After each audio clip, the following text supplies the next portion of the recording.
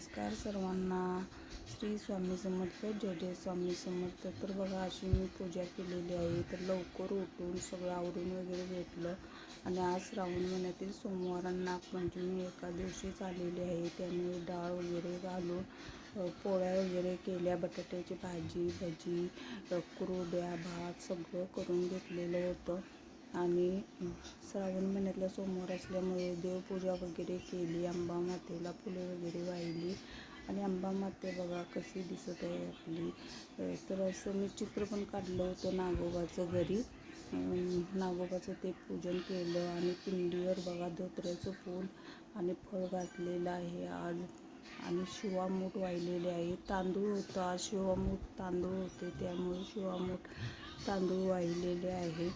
सगळं हे झाल्यानंतर मग नागोबाला गेली. नागोबाला तिथे पोळ्याचा नैवेद्य लाया असं नैवेद्य दाखवून घेतला. नारळ अर्पण केला आणि मग घरी आल्यानंतर सर्वांनी जेवण वगैरे करून घेतलं. तर बघा, स्वामींनी साक्षात आरतीमध्ये असं दर्शन देत होते. तर आम्ही दर्शन वगैरे घेतलं आणि स्वामींनी नैवेद्य पण ग्रहण केलेला होता. पोळीचा पण नैवेद्य ग्रहण केला आणि भगरीचा पण नैवेद्य ग्रहण केलेला होता स्वामींनी.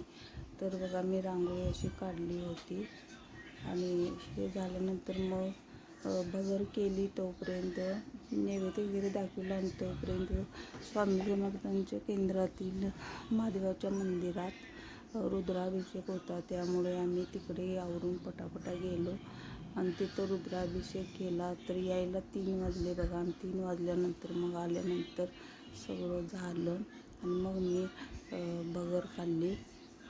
आणि हे सगळं झाल्यानंतर तुम्हाला स्पष्ट दाखवत आहे मी. साक्षात स्वामींनी आरतीमध्ये असं दर्शन दिलेलं होतं.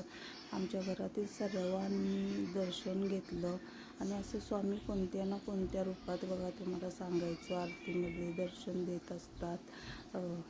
आणि खूप अनुभव आलेले आहेत मला. मी तुम्हाला कधी तर अनुभव सांगत आहे माझे. तर माझा तुम्हाला व्हिडिओ आवडल्यास लाईक, शेअर आणि सबस्क्राईब करायला विसरू नका. आणि स्वामींचे दर्शन पण घ्या आरतीमध्ये. साक्षात स्वामींनी आरतीमध्ये दर्शन दिलेलं होतं. तर तुम्ही पण दर्शन घ्या. आम्ही तर सर्वांनी घेतलेले आहे आणि खूप मला पण अनुभव आलेले. तुम्ही पण स्वामी सेवा करत राहा, तुम्हाला पण अनुभव नक्की देतील, तुमची कामे पूर्ण होतील. तर तुम्ही स्वामी सेवा करत राहा. आणि आज सोमवार असल्यामुळे रुद्राभिषेक पण करा आणि शिवलीला अमृतमधील 11वा अध्याय आज वाचा. का तर श्रावण सोमवार आहे त्यामुळे वाचले तर खूप छान आपल्याला अनुभव येतात. आणि तर माझा व्हिडिओ तुम्हाला आवडल्यास लाईक, शेअर आणि सबस्क्राईब करायला विसरू नका.